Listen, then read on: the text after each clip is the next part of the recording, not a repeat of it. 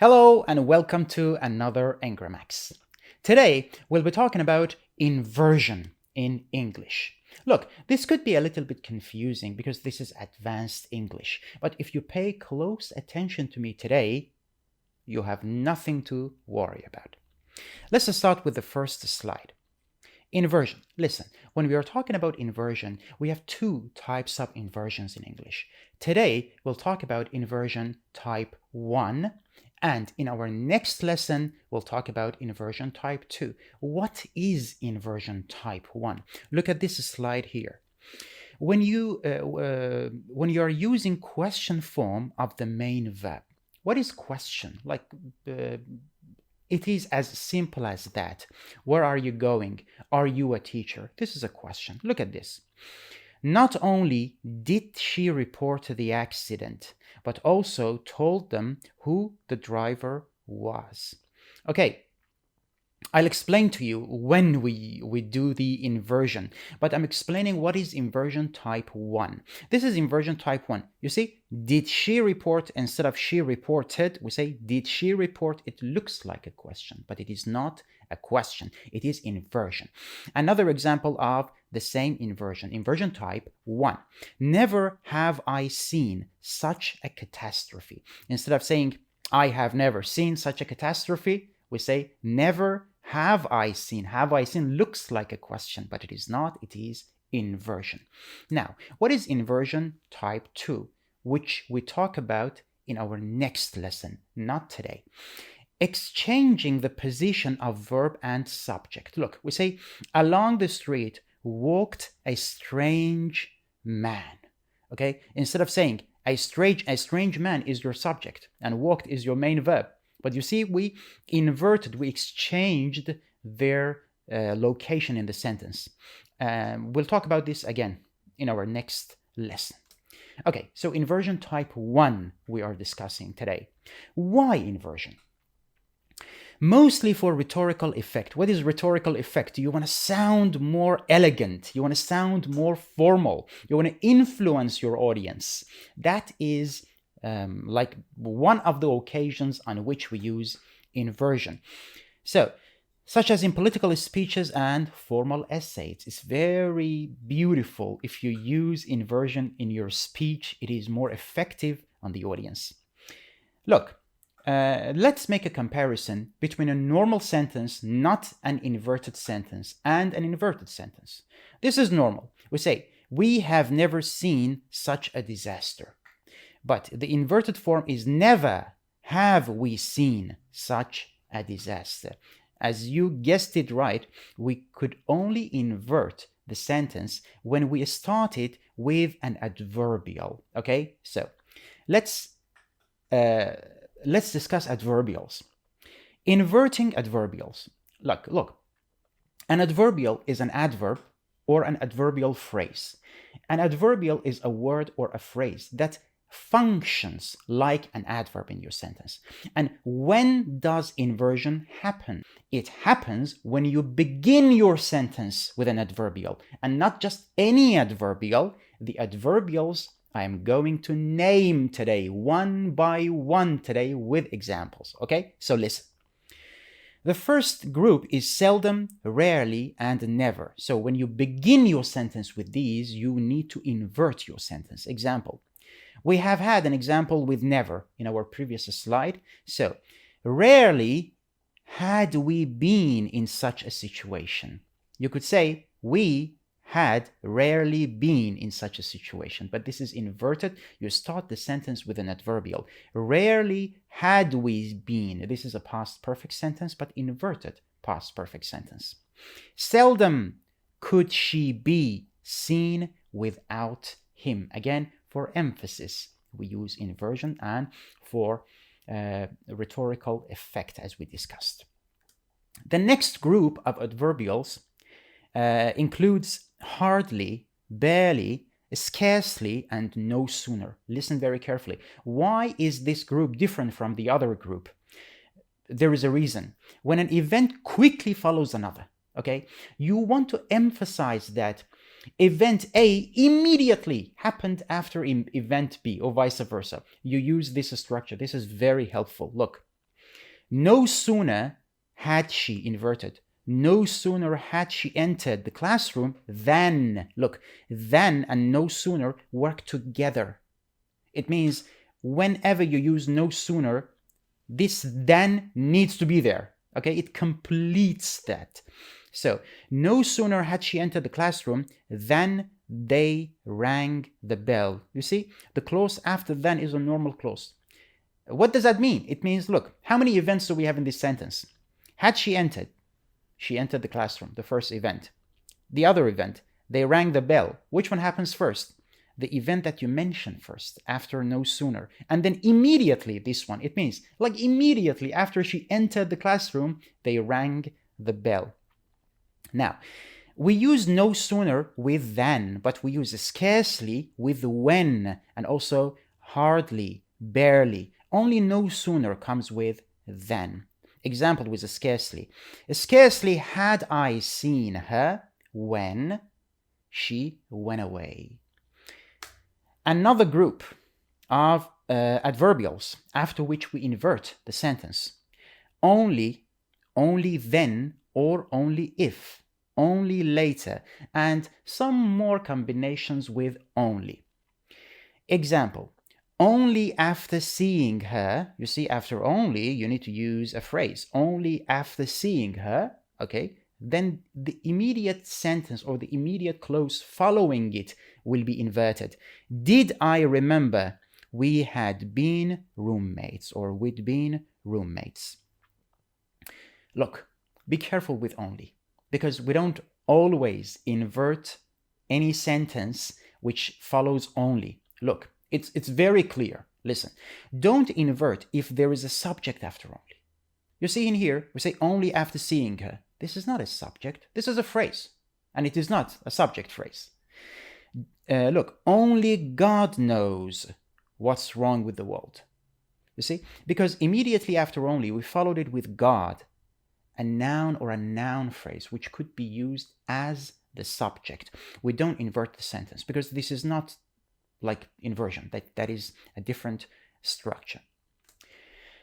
Now, another group of adverbials after which we invert the sentence is phrases containing no or not all of them. These examples I'm going to discuss. Example, under no circumstances.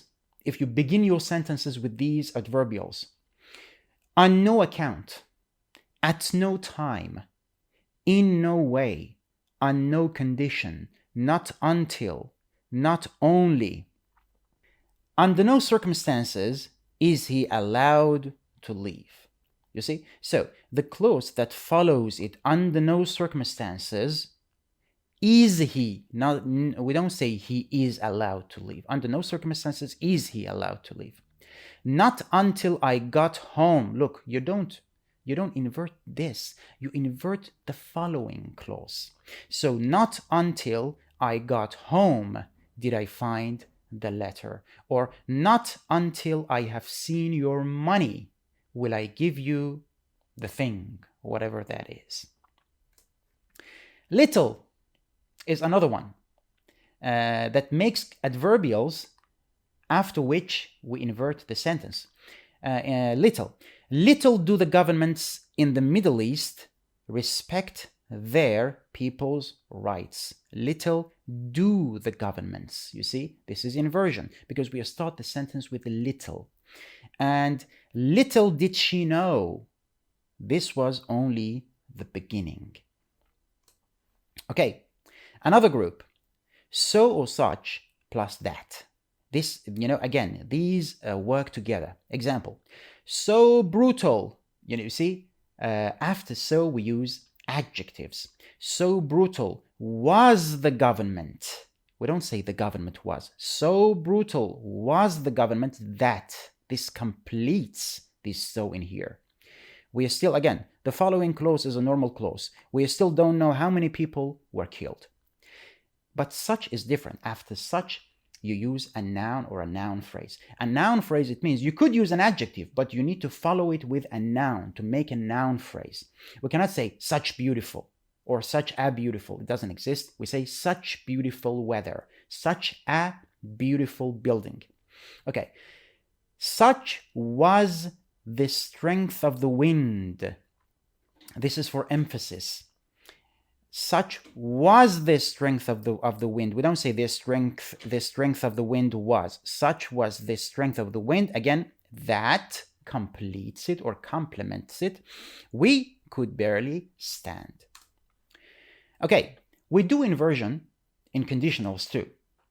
I'll start with first conditional. When you do inversion in conditionals, it means your sentence sounds more formal, and also your condition is less likely to happen. Let's start with first conditionals.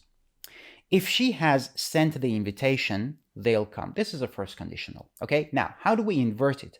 You need to use should. You cannot use if anymore. It's very simple. You just remove if and add should. If is a conjunction and should is a modal verb. This way you invert it and make it sound more formal.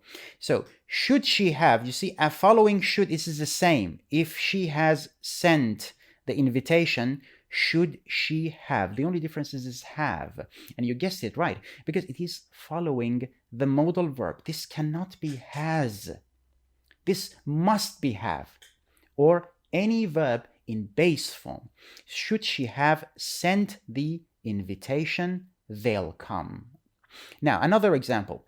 If you should see her, you remember from our lesson on conditionals that when you use should, you are lowering the probability or the likelihood of the event. If you should see her, tell her to call me. This is another first conditional. We want to invert it again. Should you see her? We don't use should, obviously, 2 times. Should you see her, tell her to call me. Now, inversion in second conditionals. This is very interesting because we start with a normal second conditional. I'm going to explain to you in 2 steps how you invert it. The normal second conditional. If you tried harder, fake past or subjunctive.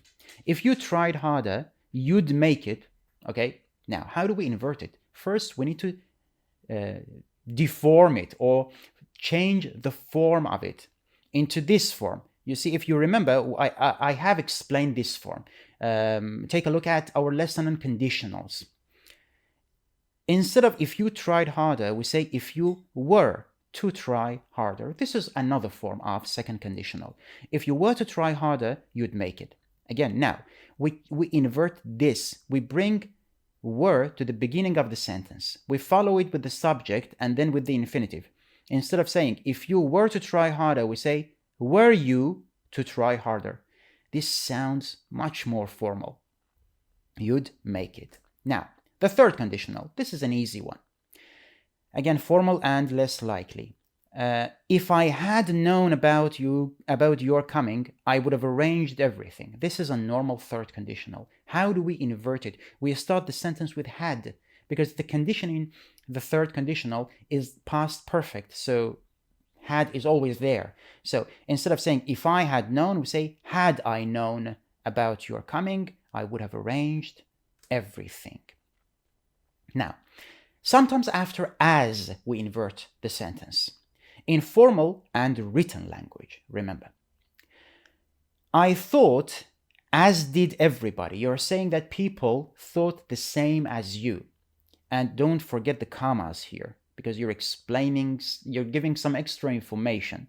I thought, as did everybody, that COVID would soon come to an end. Another example. We were very worried, as were all people. Okay, so we don't say as all people were, we say as were all people. You are indicating some similarity between your situation and the situation of someone else. After no, neither or neither, neither British pronunciation, neither American pronunciation. So after so, neither and nor. Example. A, I'm going home. B, agrees. So am I. Remember, this auxiliary verb in here is subject to the main auxiliary verb you use in the first sentence. So when you say, for example, I walk every day, you say I do too, or so do I. You have 2 ways for agreeing. Another example. I don't like big parties. You see, this is a positive example. We use so plus auxiliary verb plus the subject. This is a negative sentence. I don't like big parties. B, neither do I. Again, the same auxiliary verb as you use in here. And naturally, this needs to be positive because neither is already making your sentence negative. Another example, how we use nor in this context in here. Listen, because we could use nor in a variety of situations. I don't like weak personalities. Nor do, it is still the same person. You see, these are two different people, but it is the same person. I don't like weak personalities, comma, nor do I appreciate people who are always negative. This is how you use nor, and this is how you invert the following sentence. All right, this is our lesson on inversion. I'll give you some exercises, daily exercises through quizzes on the page. If you have any questions, don't hesitate to ask me immediately. See you next time.